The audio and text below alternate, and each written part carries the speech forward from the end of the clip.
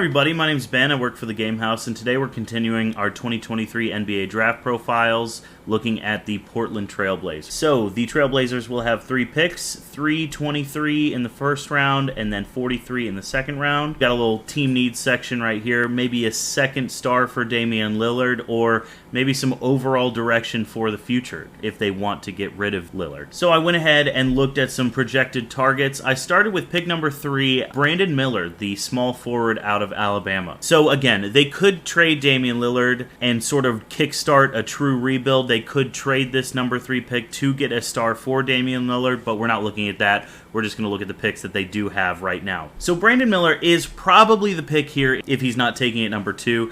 He's offensively and defensively pretty polished. He's a highlight level guy, and he's a true young guy in the sense that he needs to put on some weight, and he's got some obvious character issues. I'm not going to go into that, but he looks pretty polished. We're going to go ahead and look at the Ringers NBA Draft Guide right here. Shades of Paul George and Danny Granger, so that should tell you the kind of physical small forward he could be, maybe with some sharp shooting ability. He's an elite shot maker. He can hit threes while moving. Obviously, human highlight reel, which I said. Feel for the game, which is sort of an intangible, and he's a perimeter shooter. Minuses, like I said, he's a little skinny in the legs and the chest, can't really move defenders, so he'll have to be a little more spot up right off the bat, but he could absolutely improve that. Next, we're looking at Jett Howard, another forward out of Michigan. Now, they might have to double down on offensive production to really get this team kick-started.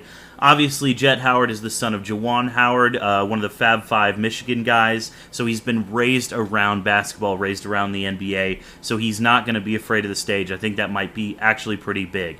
He's another great catch-and-shoot guy. He can actually sneakily be a great passer right away if the need arises. Like most prospects, he has some work to do defensively, but could be another good forward to really get some depth in there for the Blazers. Then finally, Terquavion Smith, the guard out of NC State. Like I said, we already took 2 forwards, so now we're going to look at a guard. Smith is more of a defender. He's a polished off-ball defender, but he sort of needs to pick whether he's going to be a shooter or a passer right away in the NBA. He could be both over time, of course, but with Portland going offense with my other 2 picks, maybe needs to focus on the passing and really updating that defensive game.